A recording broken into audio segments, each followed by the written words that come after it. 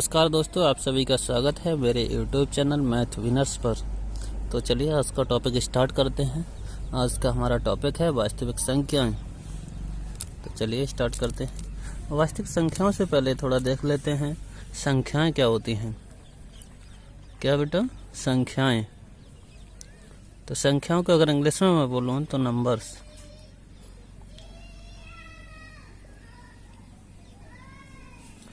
अगर नंबर्स की बात करें तो नंबर्स, वैसे अगर मैं नंबर्स की डेफिनेशन देना चाहूँ तो अंकों के समूह को, कैसे? अंकों के समूह को क्या कहते हैं?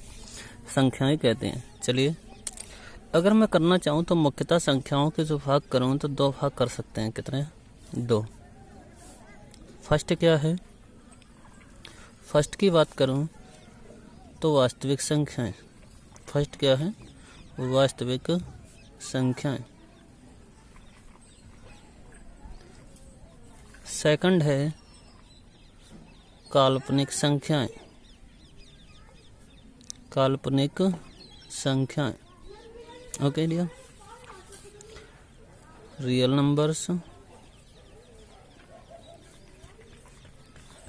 ये है इमेजिनरी नंबर्स।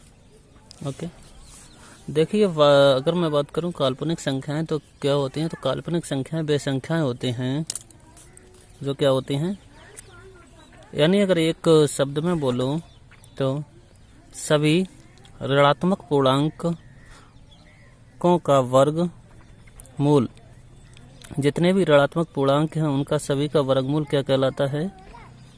काल्पनिक संख्याएं कहलाता है। जितने भी हमारे पास ऋणात्मक पूर्णांक हैं उनका सभी का क्या है? वर्गमूल क्या कहलाता है? हमारे पास काल्पनिक संख्याएं कहलाती हैं। ओके, लेकिन ये हमें अभी नहीं पढ़ना है, ये पढ़ना है कक्षा 11 में, तो ये अगले साल पढ़ते हैं। चलिए अभी जो हमें इस बार पढ़ना है वो क्या है? वास्तविक संख्याएं। तो देखिए वास्तविक संख्याएं क्या होती हैं? तो वास्तविक संख्याओं पर ज़्यादातर हमें ध्यान देना है। तो वास्तविक वे संख्याएं होती हैं जो क्या हैं? वे सभी संख्याएं जिन्हें हम क्या है? नंबर लाइन पर दर्शा सकते हैं।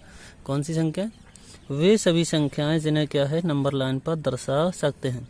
नंबर लाइन क्या होती है? नॉर्मली कुछ नहीं, मान लीजिए यहाँ पर क्या है? 0, तो इसके इधर क्या होगा? 1, इसके इधर क्या होगा? 2, इसके इधर क्या है? 3, डैश कहाँ तक? इसी तरह से प्लस इनफाइनाइट तक। ओके, इसके पीछे भी कुछ संख्याएं होती हैं। कौन सी? यही संख्याएं होती हैं माइनस की, -1, -2, जैसा कि आपने कक्षा 7-8 में ये पढ़ा भी होगा। ओके, तो ये सभी संख्याएं क्या हैं? वास्तविक संख्याएं। यानी वास्तविक संख्याएं वे संख्याएं जिन्हें हम क्या है? संख्या रेखा पर दर्शा सके। ओके, तो चलिए देखिए कुछ संख्याएं तो इसमें कैसी हैं? वास्तविक हैं, कुछ कैसी हैं? धनात्मक हैं, कुछ कैसी हैं? ऋणात्मक हैं। तो इसी के आधार पर अगर बांटना चाहें, जैसे यहाँ पर 1/2 भी आ जाएगा।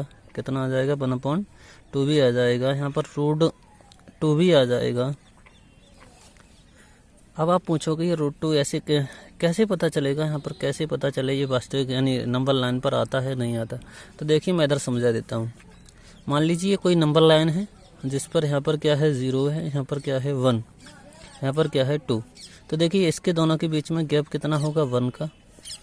ऐसे एक भुजा ये खींच लीजिए 1 की, 1 सेंटीमीटर एक ही, यानी 1 सेंटीमीटर का आप क्या कीजिए? वर्ग बना लीजिए। इसे इससे मिला दीजिए तो ये बन जाएगा वर्ग का क्या बन जाएगा? विकर्ण। और विकर्ण पड़ता है बेटा हमें क्या होता है? √2 इंटू ए का मतलब भुजा। भुजा कितनी है? 1, तो ये आ जाएगा क्या? √2। ओके, लेकिन ये हम जैसे ही कक्षा 9th की क्लास लेंगे उसमें करवाएंगे। ओके, तो मैं अगर इसी तरह से अगर वास्तविक संख्याओं को बांटूं तो वास्तविक संख्याओं को मुख्यतः मैं 2 भागों में बांट सकता हूं। कौन कौन से में बेटा? पहला जो भाग रहेगा वो रहेगा क्या? पूर्णांक। पहला क्या होगा? पूर्णांक, इंटीजर्स।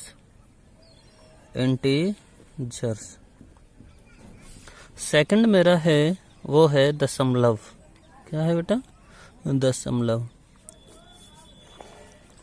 डेसिमल।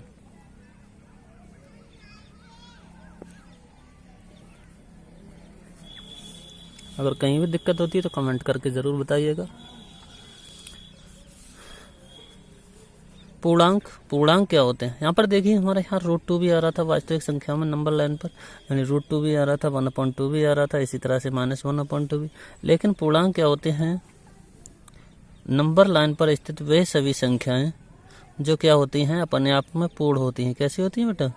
पूर्ण होती हैं, यानी जिन्हें पूरा होने के लिए 100% होने के लिए किसी की ज़रूरत नहीं है। ओके, 3 है, डैश क्या है? Plus infinite. जैसे मैं अभी समझा रहा हूँ, -1 -2 माइनस इनफाइनाइट। यानी मैंने बताया जो इंटीजर्स पूर्णांक होते हैं वो क्या होते हैं? अपने आप में पूर्ण होते हैं। जैसे 1 है, तो ऐसे 1 को 1 बनने में क्या किसी की ज़रूरत है? नहीं। लेकिन आप कहो कि 1/2 ये क्या पूरा है? नहीं। इसे या तो 1 घटा दो तब ये 0 हो जाएगा, आधा घटा दो तब ये 0 हो जाएगा, या फिर इसमें क्या करो 1/2 जोड़ दो, तो ये कितना बन जाएगा? 1। तो ये हो जाएगा एक पूर्णांक। लेकिन ये अभी हम बता रहे हैं 1/2 क्या है। ओके, चलिए, शायद समझ में आई होगी आपको पूर्णांक। तो इसी तरह से समझते हैं डेसिमल क्या होते हैं, दशमलव क्या होते हैं। वे सभी संख्याएं जिनका हर कितना होता है बेटा? 10 होता है। जिनके हर में कितना होता है? 10 या 10 का कोई गुणांक होता है। जैसे डेसिमल की अगर मैं बात करूं तो जैसे आपने देखा होगा पॉइंट, यानी पॉइंट वाली सभी संख्याएं क्या होती हैं? डेसिमल्स होती हैं। जैसे मैं बोलूं 0.85, ये क्या है? दशमलव संख्या है, क्योंकि इसमें क्या आ रहा है? पॉइंट आ रहा है। इसी तरह से मैं बोलूं 0.3333, आपने आपने देखा होगा जैसे ही आप 10 को अगर 3 से भाग देते हैं तो ये जाता है 3 3 जा 9, 1.0, 3 3 जा फिर 9। वही पुनः इसी तरह से रिपीट होता रहेगा, कहाँ तक? इनफाइनाइट तक, अनेकों स्थान तक।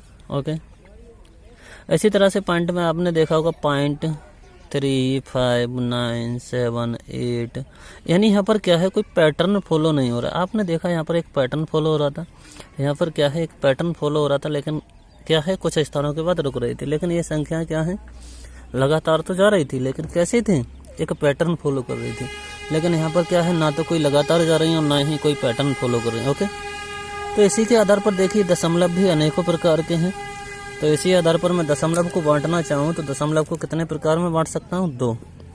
कौन कौन से? यानी डेसिमल की अगर बात करूँ तो मैं 2 प्रकार से बांट सकता हूँ। कौन कौन से बेटा?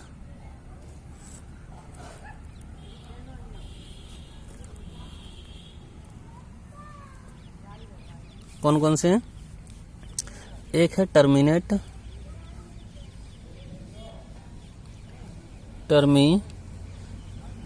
डेसिमल,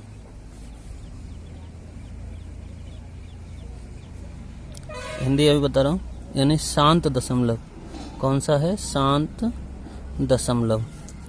सेकंड है हमारे पास नॉन टर्मिनेट। कौन सा है? Non terminate.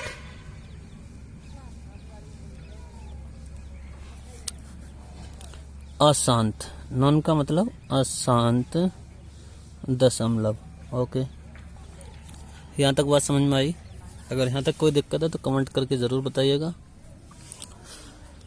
तो हम बात करते हैं शांत दशमलव कौन से। तो जैसे आपने देखा कि 85, ये क्या है? इसी तरह से 25, ये क्या है? कुछ स्थानों तक जा रही है संख्या, उसके बाद क्या है? रुक जाती है।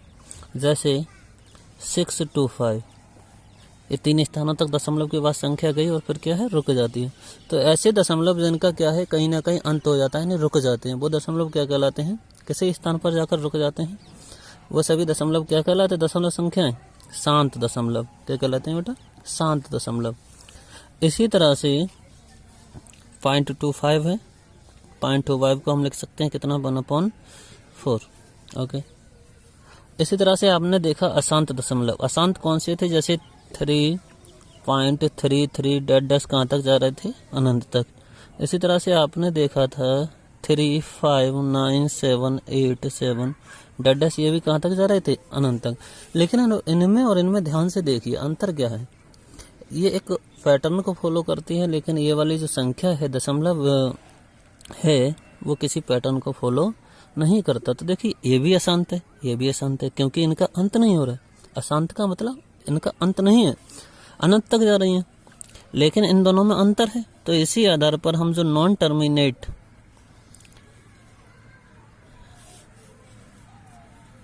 टर्मिनेट डेसिमल है,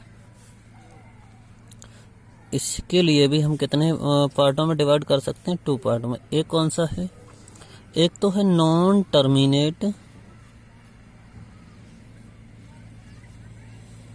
नेट रिपीटिंग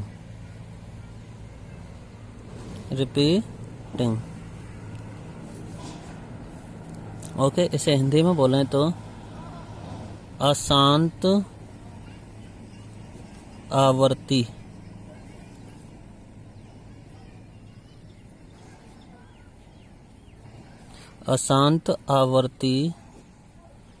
दशमलव। दूसरा हमारा हो जाएगा, देखो ये तो रुक रहे थे, जैसे 0.625, 0.25, 0.5, ये सभी क्या है? ये देखिए एक स्थान के बाद रखा जाता है, ये 2 स्थान के बाद, ये कितने स्थान के बाद? 3 स्थान के बाद। इसी तरह से अगर बात करूं इसकी, तो देखिए ये क्या है? इधर वाले 3, 5, 9, 7, 8 आगे तक चलता जा रहा है, तो इसे हम क्या बोलें?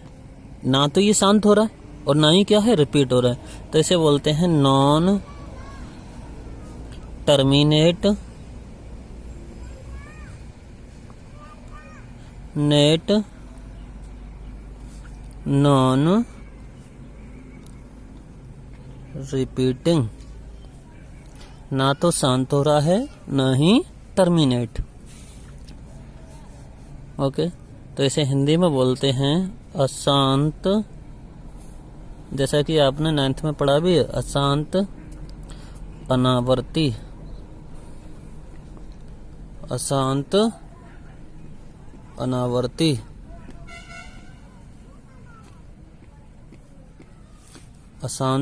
अनावर्ती। ओके, तो देखिए अशांत अनावर्ती जैसे 0.359, सॉरी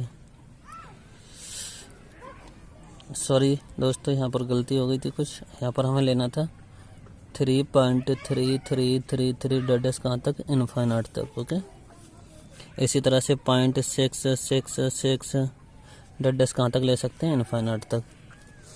यहाँ से हो जाएगा 35978 डैश कहाँ तक जा रहा है? इनफाइनाइट तक। Okay dear,